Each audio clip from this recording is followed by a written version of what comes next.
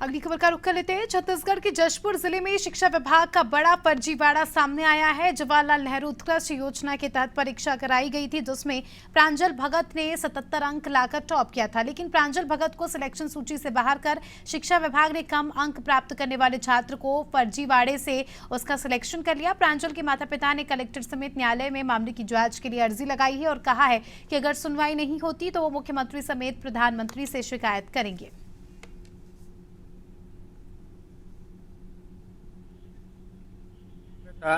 पंडित जवाहरलाल नेहरू उत्कर्ष योजना में एग्जाम दिया था, उसका सिलेक्शन अंक आया 77। उसके बावजूद कम अंक वालों को 76 है, उसको 77 करके प्रशासन के द्वारा ये लोग फर्जीवाड़ा करते हुए ये लोग गेम किया है।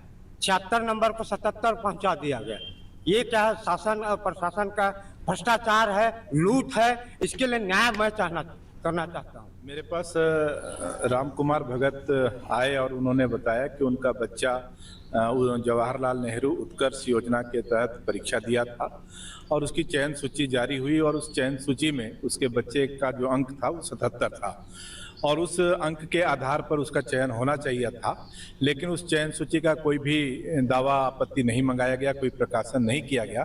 और जब उन्हें इस बात की जानकारी हुई कि नई सूची जारी हो गई है तो उन्होंने देखा तो वो आश्चर्यचकित हो गए कि उनके बच्चे का अंक 77 था और दो बच्चियां जिनका अंक एक का 76 था, जिसको 77 करके उनका चयन किया गया और दूसरे का 76 नंबर होते हुए भी उसका चयन कर लिया गया। तो ये एक गंभीर प्रकृति की शिकायत आई थी और इसमें तो स्पष्ट रूप से दिखाई दे रहा है कि जानबूझ करके दस्तावेजों के साथ छेड़छाड़ करके और फ्रॉड का अपराध किया गया है। राम कुमार भगत के द्वारा जवाहरलाल नेहरू उत्कर्ष योजना के अंतर्गत अपना जो बच्चा है उसको परीक्षा दिलवाया गया था और उसमें उसने अंक प्राप्त किया 77 और उनके बताए अनुसार और उनके पास जो दस्तावेज है उसका अवलोकन मैं भी किया। उसमें जो कम नंबर है, जो 76 नंबर है, उसका सिलेक्शन किया है और एक बच्ची है उसका भी 76 था, उसको 77 करके उसका सिलेक्शन किया गया है।